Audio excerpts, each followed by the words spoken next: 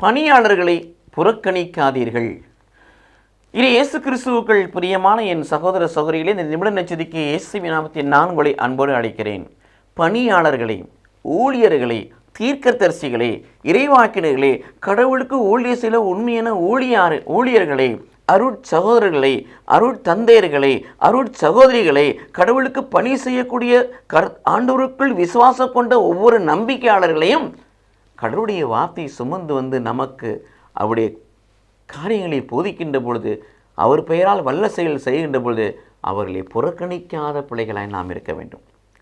இறைவாக்கினர்களை புறக்கணித்தார்கள், தீர்க்கதரிசிகளை புறக்கணித்தார்கள், அப்போஸ்தலர்களை புறக்கணித்தார்கள், ஏன் இயேசுவையும் புறக்கணித்தார்கள். ஆகவே தான் சிலுவை சாவுக்கு அவர்களை கையளித்தார்கள்.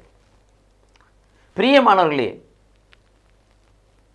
எலியாவை புறக்கணித்தபடியால் தான் எலியா பஞ்ச காலத்திலே இஸ்ராயல் மக்களுக்கு ஒன்று செய்யாதபடி சீதோனை சேர்ந்த சாரிபாத்தில் வாழ்ந்த ஒரு கைம்பினிடம் அனுப்பப்பட்டார். அவருடைய தேவை நிறைவு செய்யப்பட்டது. எலிசா இஸ்ராயல் மக்களும் சேர்ந்து தொழுநோயாளிகள் அவ்வளவு பேர் இருந்தாலும் அங்கு சுகப்படுத்தாதபடி அப்படி தேடி வந்த சிரியா நாட்டு நாமானுக்கு அவர் சுகம் கொடுத்தார், கடவுளுடைய வல்லமை மிக்க நாமத்தில். இது இயேசு கிறிஸ்துவுக்குள் பிரியமானவர்களே, ஏனென்றால் இவர்களுக்கு அவர் மீது விசுவாசம் இல்லை. ஆகவே வல்ல செயல்கள் அவர் மத்தியிலே செயல்பட முடியாமல் போனது.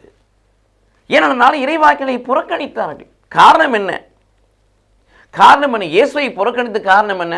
இயேசுவை பார்க்காமல் இயேசுவின் பின்னணியை பார்க்கிறார்கள். இவன் தச்சன் மகன் அல்லவா என்று சொல்லி இயேசுவின் பின்னணியை பார்க்கிறார்கள். அவருடைய சகோதர சகோதரியை பார்க்கல, அவருடைய தாய் தந்தையை பார்க்கிறார்கள். இயேசுவின் வல்லமையை செயல்படுகிற கடவுளுடைய வல்லமையை பார்க்கவில்லை. அவர் கடவுளுடைய குமாரன் என்பதை அவர் நம்பவில்லை. ஆகவே இறைவாக்கினராக இருந்தாலும், தீர்க்கதரிசியாக இருந்தாலும், ஆண்டவராக இயேசு கிறிஸ்துவாக இருந்தாலும் புறக்கணிப்பிற்கு காரணம் என்னவென்று சொன்னால் பொறாமை. இன்னொன்று பொறாமை. கடவுள் மீது, கடவுள் அனுப்பிய இறைவாக்கினர்கள் மீது பொறாமை கொண்டவர்களாக இருக்கிறார்கள். நம்மிடத்தில் இப்படி ஞானம் இல்லையே, நம்மிடத்தில் இப்படி வல்லமை இல்லையே என்று சொல்லி பொறாமைப்படுகிறார்கள். இன்னொன்று பொறாமை.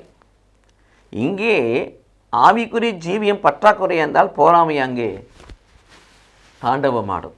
இயேசு கிறிஸ்துவுக்குள் பிரியமானவர்களே, பொறாமையும் தவிர்த்து நம் மத்தியிலே வருகிற பிள்ளைகள் யாராக இருந்தாலும், ஊழியம் செய்கிற, பணிவுடைய செய்கிற, பணிபுரிகிற யாராக இருந்தாலும் அவர் ஏற்றுக்கொள்ளக்கூடிய பிள்ளைகளாய் மாற வேண்டும்.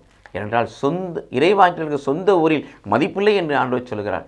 அந்த வசனம் ஆண்டவரே ஒரு வகையை நிறைவேறும் என்று சொன்னாலும் கூட இக்காலகட்டத்தில் ஒவ்வொருவரையும் அழைப்பவர்களாய், ஏற்றுக்கொள்வர்களாய், அதனுடைய கடவுளுடைய நாமத்தை மகிமைப்படுத்தக்கூடியவர்களாய், பணியாளர்களை, கடவுளுடைய பணி செய்யும் பணியாளர்களை புறக்கணியாதவர்களாக அவர்களுக்கு சாதமாய் செயல்படக்கூடிய பிள்ளைகளாய் நாம் மாறுவோம். கடவுள் நம்மை ஆசீர்வதிப்பாராக. ஆமென்.